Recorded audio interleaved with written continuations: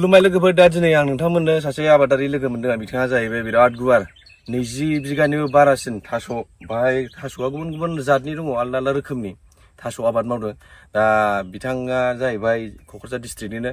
आच्छा आदै नोंथांनि सिनायथिखौ नोंथाङा होग्रोबानो जाबाय दा खुसौ दखरानि माने जोंना खुसौ गोलैयो थानाया क'क्राझार डिस्ट्रिक्टआनो दा जोंहाय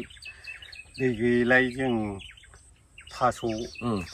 गुबुन गुबुन बिदिनो थास' सिबिं बायदिसिना खेथि मावनानै जायो दा बेफोरबायदिनो दा जों बांसिन डेभेलप मोननाय जाहैबाय जों थास'निफ्राय माने मोजां रोखोम जोथोन लायोबा जों बाहाय गोबां थाखा मोननाय जायो आरोखि आच्छा आदै बेफोरबायदि हायावथ' माइ आबाद मावनाय जाया ओमफ्राय दा बे थास'आव नोंथाङा मा रोखोमनि जेनेबा मा थास' दं मोननै मोनथाम जात थायोना माबायदि बाहाय मा आबर थायोना दङमोन जों दा आबरखौनो बांसिन मावनाय जायो बे माने सेलाव साबसिन जायो बाहाय आबरा साबसिन औ बाहाय गुबुननि फायखारिफ्रा बांसिन बोनाय जायो दस्रा थास'खौ माने बोनाय जाया गुबुन जाथिया गोबां जानाय जाया नालाय दा आबरा बेंगल थेंगल थांजोबनाय जायो दा बे दस्रा जाथिया बे जिनिसखौ बांसिन जायो हिसाबै जों बेखौ बांसिन मावनाय जायो ओमफ्राय दा बेखौ अबे बोथोरावहाय अबे समावहाय माने आबादखौ मावनाय जायो बेखौ बेखौ मावनाया माने बेखौ फाल्गुननिफ्रायनो जों गायनाय जायो फाल्गुननिफ्राय औ बे 6 माससोजोंनो बुरजाहैनाय जायो आरो बेहायनो जों जोलै दोनो बेनिफ्राय जोलै बुरखाङो ओइबासिनो गोदान गोदान जायगाखौ साइडखौ माबानानै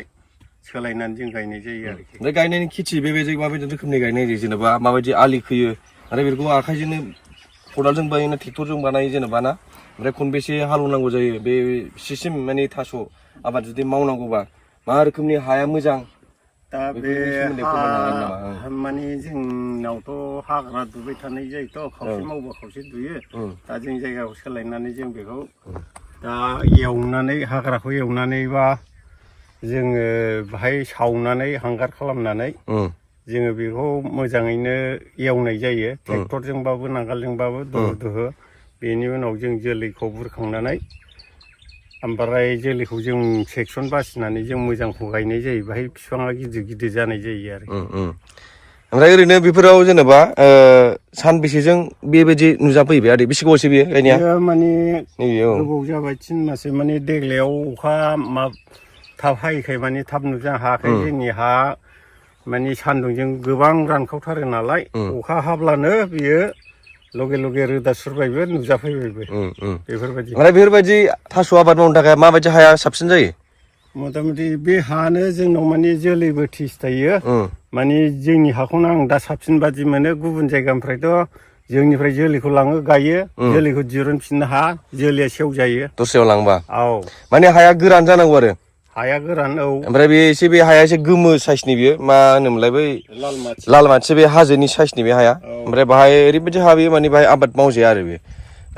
मा होनो माइ आबाद मावजाया बाहाय माने सुखान बै गोरान आबादफोरासो मावजायो माने दैफोर मोनोब्ला मावजागौ नामा बेफोरबायदि आरोखि जों दा दै गैयिनि थाखाय जों बेखौ मावनाय जाया माइखौ दा जेनेबा बेथ' दैयाथ' लोमखाया बाहाय लोमबाबो खारै सगारनाय बादि दसेखिनिजों रोगाफिनजोबो ओमफ्राय जेनेबा बाहायथ' हाग्रा बायदिसिना दुयो नङा होमबा आदै दा बेफोरनि सोमोन्दै नोंथाङा मारै जेनेबा होबथायो हाग्राफोरखौ माबायदि फोसाबो ओमफ्राय मा रोखोमनि आलि खालामो बेफोरनि सोमोन्दै एसे मोजाङै फोरमायनो हागोन नामा हायो माने दा हाग्राथ' अखा हाबाय नालाय बाहाय मोनफ्रोमबो रानहांनानै थानाय बेगरफ्रा गासिबो अखा सान्दुं नांब्लानो बेरनाय जायो जों दा बेखौ फोसाबबाय थानाय जायो फुबाय थानाय जायो माने थास'आ जेला जौगथारगोन अब्ला बियो सायख्लुम जायोबा बेहाय हाग्रा एसे खमायनानै थाहैनांगौ जायो बेफोरबायदि ओमफ्राय बे हाग्राखौथ' फुबाय थानांगौ ना मुलि सारनानै माबानाय जायो मुलि सारनाय जाया जोङो दा बे थास'आ जौगथारनानै गाव राहा बादि जायोब्ला माने बाहाय उननि फखायाव बुरजानाय टाइमसिमाव बे खोबहैब्लाबो जेबो नंला माने हाग्राया माने बे थास'आ गाव फैबानो बे हाग्राया बारा रज'नो हाखाया आच्छा हावासि जाबाय नालाय औ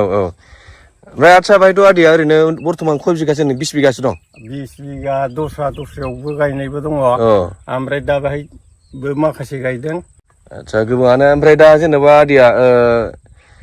माने खरसाफोरा जेनेबा बिगासेयाव बेसेबांसो खरसा खालामनाय जायो नोंथाङा ट्रेक्टर होनाय माने ट्रेक्टर बायदिसिना दा माने बिगासेयाव माने 2-2.5 हाजारसो थाङो बिगासेयावनो औ ओमफ्राय बे उनावहाय बिगासेनि उनावहाय जेनेबा नोंथाङा बेखौ उनाव थास'खौ बुरफिननानै जेब्लासो फानफिनो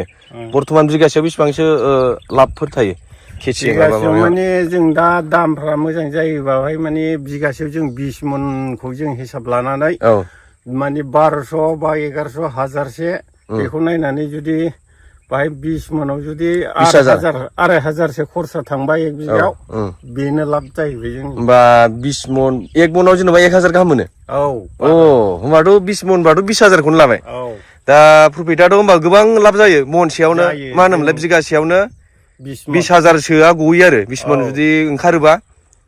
दामफोरखौ ओमफ्राय फारलायाव बिदिनो महनसेयाव मा रोखोम जेनेबा मन खारानो जाहैबाय 1000 1000 आच्छा 1100 1200 ओमफ्राय माने माखासे खामला सोदेरनायाव बेफोरबादिनो जायो आरोखि दा बर्थमान नोंथाङा खामला बायदिसिनाबोथ' सोदों जानांगौ सोदों खामला खरसाफोराव जेनेबा गारजोबाबो 2500 खरस जायो आरो बिगासेयाव दा जोबोद मोजां बे आबादा नै ओमफ्राय सोरबाफोर जुदि बे आबादखौ गायोबा थास'फोरखौ गायोबा मा जोलैफोरा मोजां जायो आरो ओरैनो बर्थमान मथा मथि थास'आ गासिबो थास' बंस'आनो गायोब्ला जाजोबो जोंनिहा माने दा थास'खौ जों बुरजासिन गायनो हानाया जों बे आबर थास'खौ गायोबा माने गोबां जाथियानो गासिबो जानाय जायो नालाय बेखौ सेल जायो बेंगल थेंगल साप्लाय जायो बियो आबराहाय दा दस्रा थास'खौ माने बोनाय जाया बिसोर लकेलावनो लकेल जानाय थास'ब्ला माने बे गोदोनि थादुनगुबै बिदिनो सुजि बायदिसिना बेफोरखौल' सुजिफोराबो होमबा बे दाम दङ होमबाबो सुजियाबो दाम दंना दङ बेखौ माने फायखारिफ्रा बोनाय जाया दा आच्छा बेखौ नोंथाङा अबे समाव बुरहैनो मोनगोन बायदि बेखौ माने भाद्र जेनेबा आगष्ट लास्ट दा मार्केटिंखौ नोंथाङा मारै जेनेबा बाजाराव होयो ना दस्राफोरानो डाइरेक्ट लांफैयो माने लांफैग्राबो दं गोसोबादि जों एखमबा बाजारावबो फानहैयो ओमफ्राय लांफैग्राजों दाम दर मिलियोबा जों जायगायावनो बुरनानै बेंगलनि माखासे साप्लायबो हरो बाहेरायाव लगे बिसोर गावसोर बाहा फानहैयो जों मिथिया बेफोरबायदि होमबा बाहाय बर्थमान बेबायदि रानस्राव जायगाफोराव थास' आबाद मावनायाव बर्थमान होमबा माने मोजां नायोबा माने लस गैया ओमफ्राय बेमारफोर जायो नामा थास'आवहाय खेबसे जादों आरो दाख्लैथ' बेमारनि सन्देह बायदि जादोंमोन गोबां सान्दुं दुंनायाव माने हा रानखावनानै बेयाव रोमोफबजोबनायबो जादों बाय माने आसा गैयि बादि जादोंमोन नै अखा गोलैनाय लोगो लोगो गावनि महरखौ गाव देखायदों जोंहाबो गोसोखौ साबसिन मोननाय जादों ओरैनो दैनि इरिगेसन सिस्टेमफोरा माबायदि होनाय जायो आरो बेखौ जेनेबा दैयावहाय माने बोथोरनि अखाजोंनो जायो माने बेहाय एक्सट्रा दै सोनाङा माने हालाय दुंलायबानो बिनि अट'मेटिक बेनो हासार माने बे सान्दुं अखा खम खरसावनो माने मोजां प्रफिट लाबोयो आरो बे बुस्थुआ जोबोद मोजां माने बांद्राय रानहाबलाल'नो एसे गाज्रि जानो नागिरो खैयै समफ्राव खोखांबाथ' बे गोथौआव रोदा थानाय जाहैबाय नालाय ओमफ्राय ओरैनो जेनेबा हासारफोरखौ मा बिदिखौ होनाय जायो आरो ओरैनो बर्थमान जोङो दा हाखौ एसे दङखाय आङो हासारखौ होनाय जायाखै माने बोसोरथाम सोलाय गायबाय थानाय जादों जायगा दाबसेयाव गायजागोन ना गायजाया जेनेबा नेक्स्ट बोसोराव बाहायनो गायबाव जागोन ना गायबाव जाया गोबोरखि होना गायदों मानसिफ्रा जादों आं खिन्थु बेबहार बानायफेरनाय जायाखै जायगाखौ सोलायनांगौ आरो मेन टेकनिकआ बे जेनेबा बे बोसोराव गायबाय खालमासि दस्रा जायगायाव माने जोङो हाग्रा दुयो नालाय बे हांगार सावनानै दोनबाय थानाय जायगा हाया दा बे हांगारजोंबो एसे सोमोन्दो दं बे हाग्रा जुरमाननि हांगारजोंनो जायो ओमफ्राय ओरैनो बेखौहाय नोंथाङा जेनेबा स्पेसियेलि मोसौ हासारनि अनगायैबो बायदिसिना इउरिया थिउरिया बेफोरबायदि जेबो होनाय जायाखै एकदम अर्गेनिक खुनु बाहाय जेबो माबा केमिकेल गैया मेडिसिन गैया ओमफ्राय बेमार आजाराथ' बर्थमान जायाखौनो होनजायो बांसिनानो जायाना खेबसेल' एम्फौ हाबदोंमोन माने बिलाइयाव ओरै स्रां माबा बेमा सोंनाय सिस्टेम सानिखौ जायोबा बेयाव रानज्रबलांनाय जायो माने बहुद खमजुरि लस जादों आरो माने बोसोरसे समाव बे नैबे सिमोन दा नोंथाङाथ' 20 बिगानिबो बांसिन मावदों जेनेबा नोंथाङा एबार बोसोराव माबायदि आसा खालामनाय थादों जेनेबा बिगासेयाव 20 मननिबो बारा गगोन ना माबायदि आसा थादों बेयावनो हिसाब लानानै दं बे माने महनसे महननै बारा बा खम बे माने 20 मनजों जायखिया एभारेजआव 20 मन गगोन बायदि आसा थाबाय आरो नोंथाङा बिगासेयाव थास'नि साइसखौ नायनानै थास'आ ओरैनो बर्थमान बेसे गिदिरसै देरो बिफां गोगोम जायोबानो बे देरलांगोन माने दाख्लै रानहाबनायनि थाखाय दा बिफाङा एसे खमजुरि जादों मैया दाख्लैनिफ्रायसो अखा हादोंना दा बेहाय जौखुमबो हा मुमबो हा जादों। औ औ आंनि गामिया माइनरफुर आरो आंनि मुङा एनला ब्रह्म। बेनो कुसुगावनि आन्दाराव। कुसुगावनि ना? औ। ओमफ्राय दा बिथाङा गोबां बुरजायाव माने आबाद मावदों दा नै बेफोरखौ मिथिना आंबो फैनाय जाबाय।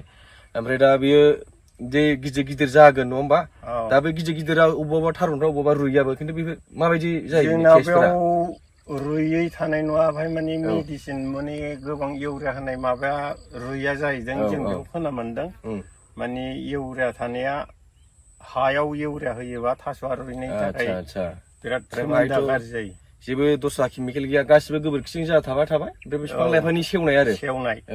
बा हांगार हांला सावनाय। दा जोबोद मोजां बाथ्रा। दा आसा खालामो बिथाङा माने मोजां रोखोमनि रिजाल्ट मोनथों नङा होमबा? मोजां रोखोमनि आबादखौ दिहुननो हाथों बेखौ आसा थाबाय। दा जों आदैजों गोबां बाथ्रा सावरायबाय। बिथाङाबो आंनि थाखाय दान्दिसे सम होनायनि थाखाय रोजा रोजा साबायखर थाबाय। खुलुमबाय। खुलुमबाय। गोजोन्थों।